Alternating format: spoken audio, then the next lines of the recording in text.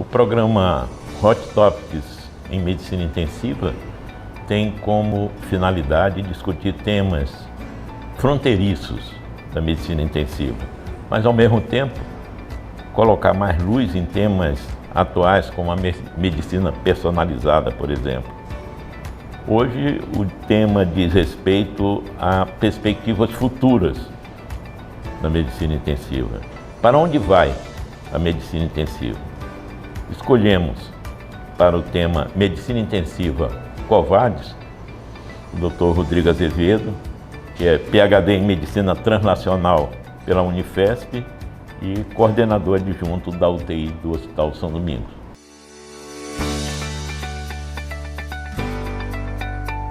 Boa tarde a todos. É um prazer poder voltar a mais uma sessão de Hot Topics aqui no hospital. E o tema dessa vez é um tema bastante desafiador e interessante. Fazer essa aula foi de forma diferente dos últimos tempos. E vocês vão perceber que essa aula tem muito pouco sobre o que está publicado, porque é o que vai vir pela frente. E tem muita opinião pessoal nesse assunto.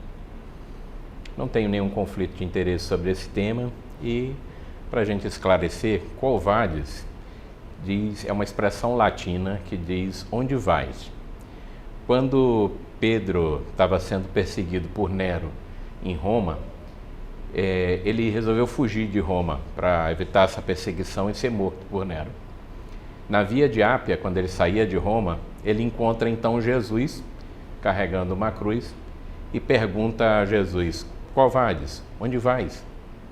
E Jesus responde: eu estou voltando para Roma para ser novamente crucificado. Pedro, com aquela visão, fica perturbado, pensa e diz: olha, eu preciso voltar para Roma para voltar a pregar. E dias depois, quando Pedro volta a Roma, ele é crucificado de cabeça para baixo. Tem dois sentidos nesse Quo Vadis de Pedro. Um é o onde vais e o futuro. E o outro, se a gente entender direito, é o por que foges. Prever o futuro nunca é muito fácil. Muitas vezes a gente tentou prever o futuro no passado e se deparou com noções de futuro que não chegaram nem perto de ser o que foi o futuro, né? Mas outras vezes, de maneira até satírica, a gente tentou prever o futuro e acertou. E acertou de fato. É que realmente prever o futuro é bastante difícil. Para começar a fazer isso, quando a gente fala de UTI, talvez a gente precise definir o que é uma UTI. E a UTI, quando a gente pensa em UTI, a gente que trabalha em UTI pensa em UTI, a gente pensa numa unidade que é tecnológica, que as coisas estão amplamente disponíveis para ser feitas pelo paciente, que tem pacientes graves, que tem turnos de trabalho estressantes, mas que tem suas compensações. Para os pacientes e familiares, se você perguntar o que é UTI, talvez eles não relacionem com vida, exatamente como a gente relaciona por conhecer esse ambiente de perto todos os dias. Talvez eles relacionem com sofrimento, com um lugar estressante, com um lugar pouco iluminado, onde eles às vezes não conseguem ver o que é noção do dia e da noite, não sentem isso passar. Então, essa definição de UTI, ela ainda é para uns uma coisa, para outros outra. E além da gente definir o que é UTI, para a gente poder ter essa noção do que vai ser do futuro, né? Uma boa ideia quando se pretende prever o futuro é olhar para o passado e tentar definir uma linha de onde a gente está vindo e para onde a gente vai. Se a gente for olhar isso em relação à UTI, a UTI começa lá o embrião da UTI começa lá na Guerra da Crimeia, quando a Florence Nightingale, uma enfermeira britânica, ela organiza o que seria a enfermagem moderna e também organiza o que seria o embrião de uma unidade de terapia intensiva.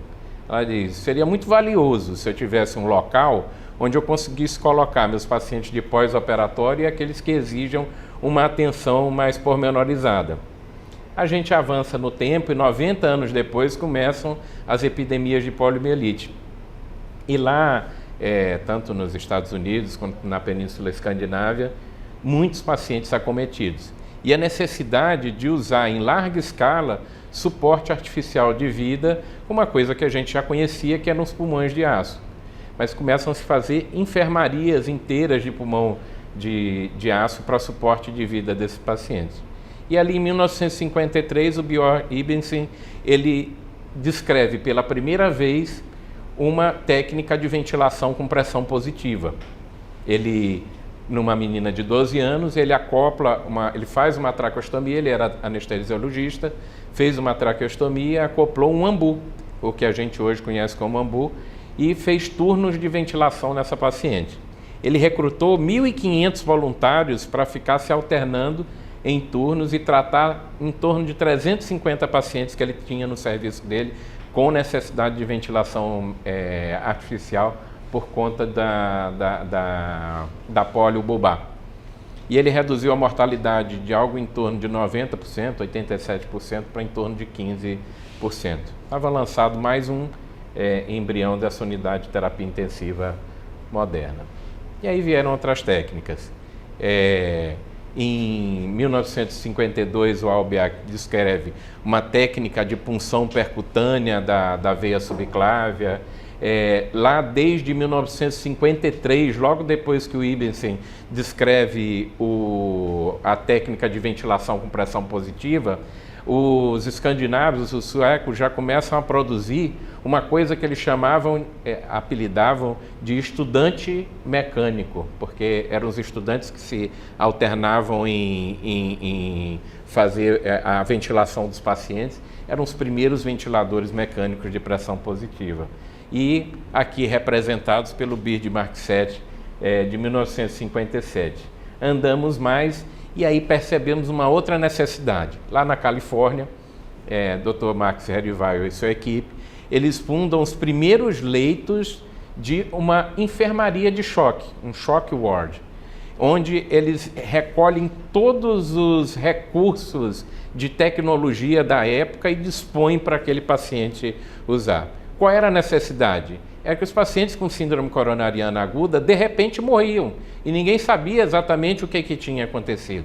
E pensava-se assim, poxa, como seria interessante se eu conseguisse monitorar esses pacientes e descobrir por que eles estão morrendo.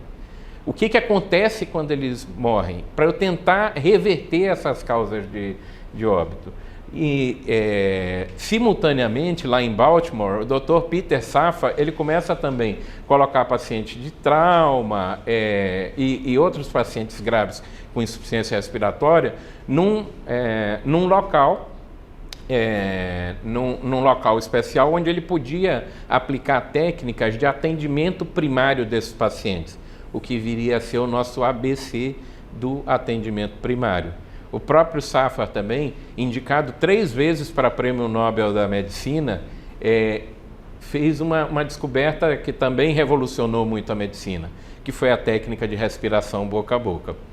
Desses primórdios ainda temos o Dr. Shoemaker, que se baseou muito na criação de unidades que pudessem assistir pacientes de cirurgia de grande round do perioperatório desses pacientes. Então seria o embrião das unidades de terapia intensiva perioperatória.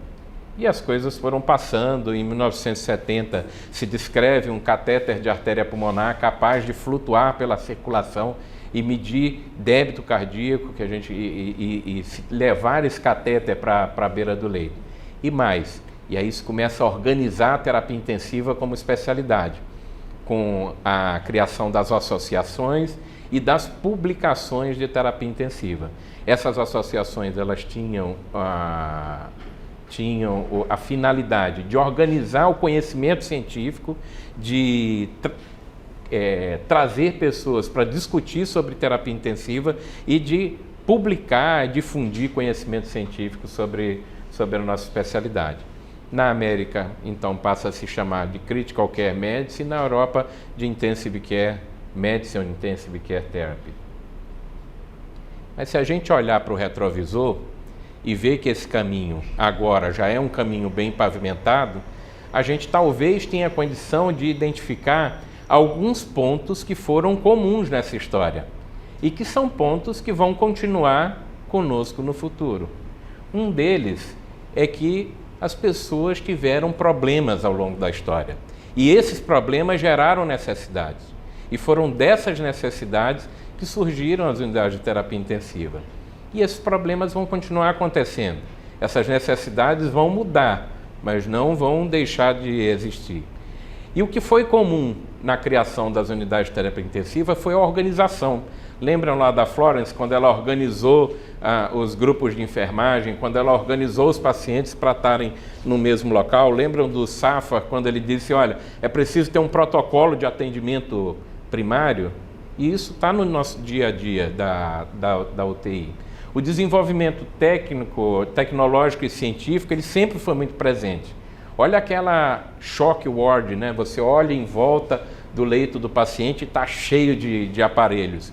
Ainda continua muito a visão do que é uma UTI moderna, mas cada vez menor, se a gente perceber direitinho. Porque equipamentos sempre tiveram presente na UTI, tecnologia sempre teve presente com técnicas, equipamentos e na própria organização do espaço que é uma UTI.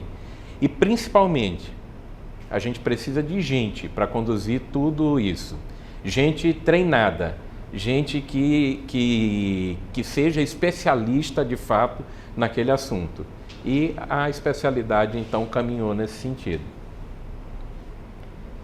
Um passo à frente você não está mais no mesmo lugar, como já diria o Chico Science. Eu lembro de uma apresentação, eu era acadêmico, aí meu pai foi num congresso de cirurgia aqui, e aí ele falou assim, olha, antes os pacientes morriam no fronte de batalha. De repente, eles começaram a ser estabilizados e levados para o hospital de campanha. E morriam não mais de sangramento no campo de batalha, mas morriam ali nas primeiras horas ainda no hospital de campanha. Mas aí, de repente, surgiram helicópteros e a possibilidade de levar esses pacientes para hospitais um pouco mais distantes e com recursos muito maiores. E aí a gente passou a se deparar com outros problemas que a gente não conhecia. Ausubel e o Petit descrevem lá no final da década de 60 uma síndrome de desconforto respiratório do adulto que a gente não conhecia até aquela época, né?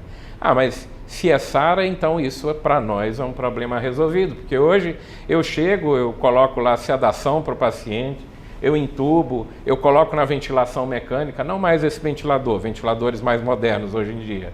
Eu coloco lá um acesso central, inicio noradrenalina, bloqueio, prono. Se ele entrar em insuficiência renal, eu coloco na diálise e tudo bem, beleza. Tá ótimo, graças a Deus, uma vida salva. Uma vida salva, negativo. Antes, a nossa ideia e o nosso objetivo na terapia intensiva era salvar vidas. Agora é salvar anos de qualidade de vida das pessoas. E isso mudou. Esse paradigma da nossa especialidade mudou. Não é que a gente deixou de ter problemas, é que a gente inventou novos problemas para criar. Um passo à frente e você não está mais no mesmo lugar.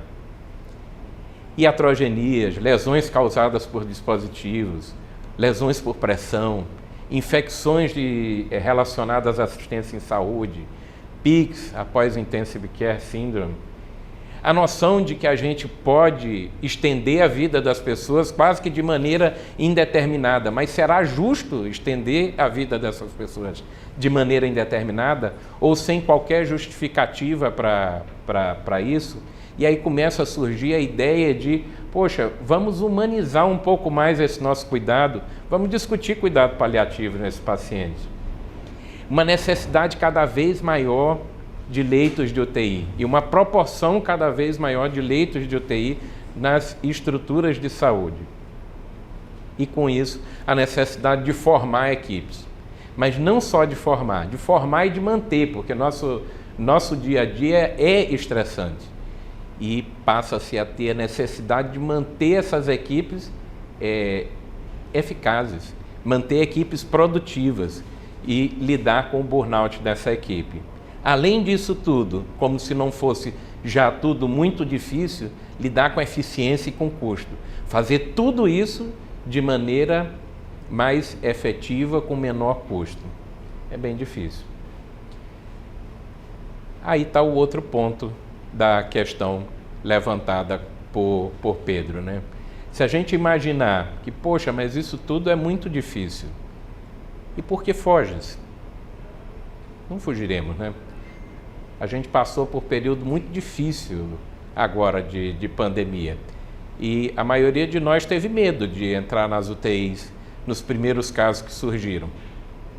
Mas sabíamos que a gente estava preparado e que a gente era as pessoas, que a gente se preparou para aquele momento. Era o momento das terapias intensivas brilharem e a gente o fez. Nossos novos problemas estão relacionados, talvez, a rever as nossas próprias atitudes para resolver problemas que a gente mesmo criou. Então, será que eu devo ser tão intensivo quando eu estou tratando esses pacientes? Less is more, ou seja, pouco menos de volume corrente, um pouco menos de fluido, dose elevada de corticoide? Não mais, não se faz mais isso. Eu devo rever minha duração de antibiótico, devo encurtar tempo de antibiótico, devo ser mais... devo julgar mais o uso dos antibióticos? Com certeza. Sedação, usar cada vez menos. Você vê que quando eu era acadêmico, residente, se dizia que um paciente estava em ventilação mecânica sem sedação, parecia heresia. E hoje em dia parece heresia dizer que você vai manter todo mundo com RAS elevado porque ele está na ventilação mecânica. Hiperalimentação, é preciso nutrir, então vamos nutrir muito. Não, isso também faz mal. Ser menos invasivo também. Menor tempo de dispositivo, ficar todo o tempo preocupado em ainda precisa desse catéter, ainda precisa do tubo, já posso tirar a sedação para tentar tirar tubo. Dispositivos cada vez menores. E isso não aconteceu só no nosso relógio, que passou para o pulso, que passou a ser menor, que abrigou também música, que agora tem mensagem, eu consigo até falar pelo telefone com o relógio. Isso vai acontecer com os dispositivos e os equipamentos de terapia intensiva. Aqui era um ventilador mecânico, lá da década de 60, 70. Vocês veem o tamanho desse dispositivo dentro do quarto ali do leito do paciente. Ele tomava a cena de uma maneira geral. E hoje em dia, cada vez ventiladores menores, agora o ventilador já fica na estativa e no futuro talvez ele seja igual aqueles computadores que é desse tamanhinho e que na verdade você só enxerga o monitor. Talvez no futuro o ventilador de fato seja um monitor onde você mexe ali do lado do monitor do seu paciente e ele tem lá um outro equipamento atrás do leito pequenininho que você nem vê que tá ali. Bombas de infusão talvez também menores. E dispositivos cada vez menos invasivos. Ultrassom, por exemplo. O ultrassom entrou na nossa rotina nos últimos 10 anos. Há 10 anos, se a gente imaginasse assim, poxa, que legal, naquela UTI tem ultrassom. Hoje em dia é difícil uma UTI que não tem mais ultrassom disponível para fazer para fazer parte da semiologia do paciente, né? Para guiar procedimento, ultrassom pulmonar, que há poucos anos atrás parecia uma coisa que não tinha qualquer sentido e hoje em dia faz muito sentido para a gente dentro da terapia intensiva. Para avaliação hemodinâmica, ultrassom do nervo óptico, ou seja, uma realidade que vai ficar cada vez menor, mais portátil, que vai talvez um dia tomar o lugar do esteto, talvez um dia. Dispositivos menos invasivos, como esse dispositivo que vem sendo pesquisado de monitorização de pressão, como se fosse a pressão invasiva, mas de forma não invasiva. É um adesivo que você coloca ou na região da carótida ou na região da radial e ele, por pulsos de ultrassom, consegue desenhar a curva de pressão arterial do paciente de maneira muito similar ao que seria a nossa curva de pressão invasiva. Aqui é a pressão invasiva, o paciente dobra a mão, ela fica amortecida ali, mas a outra não fica. E aí você pergunta, aí você diz assim, poxa, mas isso é muito futuro, né? Isso vai ser daqui a quantos anos? Será que o R1 deve estar se perguntando, poxa, mas agora que eu estou aprendendo a fazer punção arterial, você já disse que ela vai acabar? Mas isso vai acontecer daqui a muitos anos. Será que vai mesmo? Em 2013, eu estava no Congresso Brasileiro de Terapia Intensiva e aí eu ia saindo para jantar. E aí um colega me parou na porta do hotel e disse assim, ô, você está indo para onde, Rodrigo? Falei, estou indo jantar, procurando um lugar para jantar. Ele falou, então vem comigo, porque os caras me convidaram ali para um jantar e vai ter um negócio de uma demonstração de uma técnica diferente, é um negócio super interessante. Aí disse, tá bom, eu vou. O lugar super diferente, o Mário, lá no Rio. Cheio de coisa pelo teto e tal, como se não bastasse um lugar muito diferente, uma apresentação feita por indianos. Não esses indianos, esses outros tipos de indiano aqui. E aí eles chegaram e disseram o seguinte, uma coisa que me pareceu mais exótica do que o local ou do que a aparência deles. Era dizendo, nós vamos conseguir identificar em minutos uma bactéria pelo peso molecular dela e pelo tempo de voo dentro de um tubo de coisa. Ele disse, rapaz, isso é muito futurista. Isso não vai chegar tão cedo. E era o Malditoff. E 2 anos depois ele estava aqui dentro do hospital. E como o Malditoff, existem muitas outras tecnologias de stewardship de antibióticos e que se tornaram cada vez mais disponíveis, principalmente nos últimos 2 anos por conta da pandemia. Técnicas de PCR, de sequenciamento genético, entre muitas outras técnicas que hoje nos ajudam a reconhecer bactéria cada vez mais rápido. E que no futuro, eu acho que quando a gente coletar uma espécie respiratória, urinário ou uma hemocultura, vão dizer para a gente não mais qual vai ser o germe que vai crescer, mas é o germe, o perfil de resistência que ele vai ter, por qual mecanismo de resistência e o melhor antibiótico para aquele paciente. De uma certa forma, já fazendo personalização do uso de antibiótico para cada tipo de paciente. E quanto à estrutura? A gente sabe que as estruturas da UTI têm tomado cada vez uma maior proporção dentro dos hospitais. E isso não vai parar de crescer. Antes, lá pela década de 90, se falava que um hospital precisava ter 10% dos seus leitos destinados para a UTI. E hoje a gente já sabe que 10% é muito pouco, principalmente para estruturas hospitalares que façam procedimentos de alta complexidade. Essa proporção vai subir para 30%, para 40% e talvez um dia passe de 50%. A grande maioria dos pacientes não vão mais internar, eles vão para casa. E quem precisar internar, vai precisar internar para ser de fato monitorado, para ser de fato, para receber um tratamento mais intensivo. E como seria essa UTI do futuro? Tem uma organização chamada The ICU of the Future, lá na Austrália, que eles se dedicam a recolher doações para desenvolver o que seria uma UTI do futuro. E aí eu assisti vários depoimentos e é interessante perceber que ela não é exatamente feita por médicos, ela é feita por ex-usuários de UTI. E eles colocam muito dos medos, das visões, relatam delírio, relatam síndrome de estresse pós-traumático depois da UTI. E eles contribuem muito para o que seria essa visão de um espaço ideal para eles ficarem. Um espaço, então, silencioso, um espaço que você pudesse ter vista externa do ambiente, um espaço que fosse como se fosse um leito de hotel, mas onde você fica internado. Vejam que aqui, a gente já nem identifica bem, cadê os aparelhos, né? Os aparelhos tomaram um espaço secundário no ambiente. E não é por acaso que essa imagem aqui parece com a UTI 5 ou com a UTI 6. É porque essa imagem é uma imagem que, se você buscar na internet, UTI do futuro, ela aparece e ela é um daqueles projetos que a gente estudou quando foi criar a UTI 5 e a UTI 6, porque elas foram criadas a partir de projetos ganhadores de prêmio nos Estados Unidos que a sociedade americana concede para projetos muito inovadores. E a gente ainda vai ter o paciente que sai da UTI. Hoje a gente tem lá nossos 2 consultórios, mas eu acredito que isso ainda tem muito a ser desenvolvido. Talvez o que tenha mais a ser desenvolvido desse atendimento pós-UTI é o entendimento das necessidades, a criação. A gente está hoje em dia numa fase que a gente está mais entendendo as necessidades dos pacientes quando eles saem da UTI.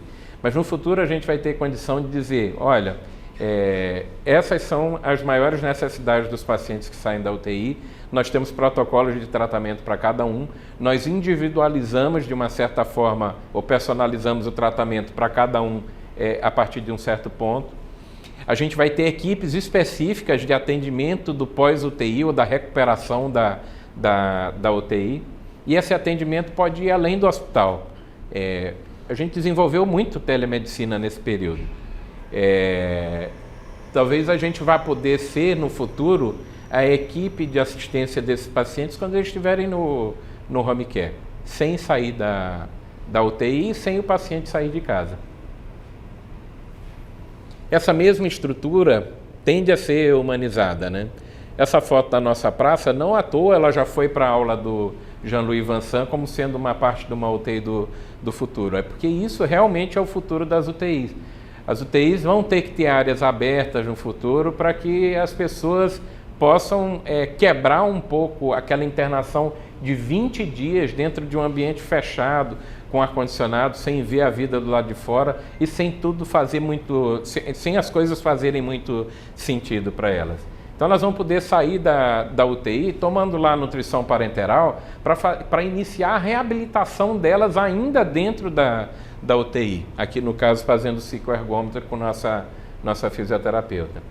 As pessoas, a gente deve entender que esses espaços devem ser cada vez mais humanos no sentido de entender as necessidades. Essa paciente estava com vontade de tocar piano e tinha um piano dentro do hospital. E por que não levar ela?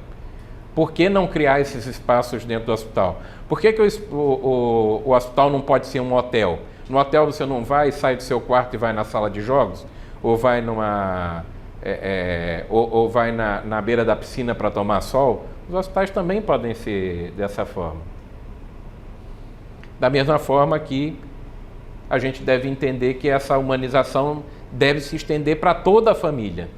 Para a família de pele, para a família de pelo, para quem gosta lá dos seus pets, para poder trazer esses entes queridos também para visitar as pessoas dentro do hospital. E mais que isso tudo, né? Não adianta humanizar esse espaço todo se a gente não colocar as pessoas que trabalham dentro da UTI nessa corrente de humanização, delas terem cada vez mais tempo para poder levar o paciente na praça, para poder conversar com o paciente, para poder atender essas necessidades dos pacientes. E esse talvez seja a nossa principal dificuldade e desafio para os próximos anos. É melhorar a tecnologia de informação dentro da UTI. Prontuários eletrônicos cada vez mais inteligentes, no sentido de tornar o trabalho mais lean, ou seja, evitando retrabalho, tornando o trabalho mais rápido, mais assertivo, melhorando a comunicação, melhorando a integração entre a equipe e, com isso tudo, melhorando segurança para os pacientes. Mas, como eu disse, esse é o nosso principal calcanhar de Aquiles para os próximos anos e esse é um desafio que a gente realmente tem para melhorar. Mas se tem crise, tem oportunidade também e essa eu acho que é a grande oportunidade de melhora dentro das UTIs. A gente trabalha com muitos dados, com um monte de dados e a gente precisa transformar esses dados em coisas que sejam de fato importantes, que fiquem até belas, né? Esses dados têm que servir para alguma coisa. Esses dados têm que servir para poupar nosso tempo, para que a gente tenha mais tempo para dispensar, mais tempo para atenção do paciente. No final das contas, tornando esse espaço todo mais humano. Lembra aquilo que a gente pensa das UTIs, mas também aquilo que é a expectativa das pessoas em relação à UTI. É um lugar de morte, é um lugar de sofrimento. Não, nós precisamos transformar essa realidade. E só tem um jeito de transformar a experiência das pessoas. Não é com equipamento, é com pessoas. Só que as pessoas vão ter que ter tempo. E a gente só tem um jeito de aumentar o tempo das pessoas. Não é aumentando o turno de trabalho, é deixando esse turno mais leve, deixando as pessoas de fato fazendo aquilo que elas precisam fazer, que é cuidando e assistindo pacientes. Medicina personalizada, então. A gente tem um monte de dados na UTI e esses dados precisam ser aproveitados. A gente, quando fala disso, fala do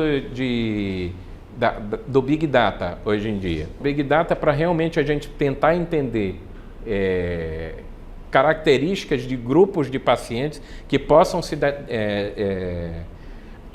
beneficiar de determinados tratamentos. Dentro disso tudo é necessário ainda formar pessoas. Formação de pessoas é algo essencial e a gente vai precisar disso cada vez mais no futuro. Vocês vejam tanto que mudou, né, dessa época já para hoje em dia, né, os 13. Formar pessoas e manter pessoas. A terapia intensiva é uma das áreas, uma das especialidades médicas com maior incidência e prevalência de burnout. A gente precisa entender que o burnout está muito relacionado com estresse, com não conseguir fazer aquilo que você estaria preparado para fazer, então, por falta de equipamento. Quanto burnout a gente não teve na época da Covid? E por quê? Porque a gente se sentia impotente, às vezes, de ter tantos pacientes graves ao mesmo tempo e não conseguir dispensar tanta atenção para todos eles. Uma das possibilidades ou das coisas que vêm sendo discutidas para lidar com isso é fazer uma medicina mais devagar, mas não no sentido de ser devagar, no sentido de poder escutar, de poder entender as necessidades, de poder compartilhar as decisões com os pacientes.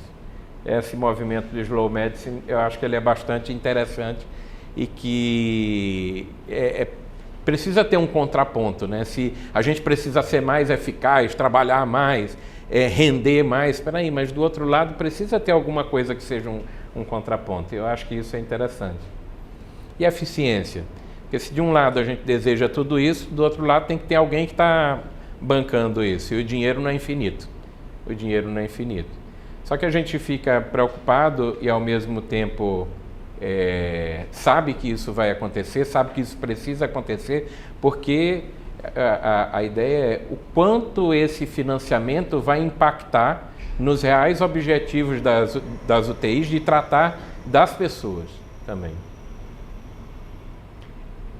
Outro movimento interessante que pode impactar nisso é o do Choosing Wisely, tentar decidir criticamente tudo que você vai pedir, tentando reduzir custos e realmente sendo muito assertivo nas coisas que você faz. É uma encruzilhada, então, e caminhos que a gente vai ter, na verdade são várias, né? Decisões que a gente vai ter que tomar para o futuro dessa UTI que a gente tanto deseja, mas que o peso dos recursos vai ser bastante importante. Além disso, nós vamos de novo passar por períodos de estresse e de colapsos do sistema como a gente teve agora.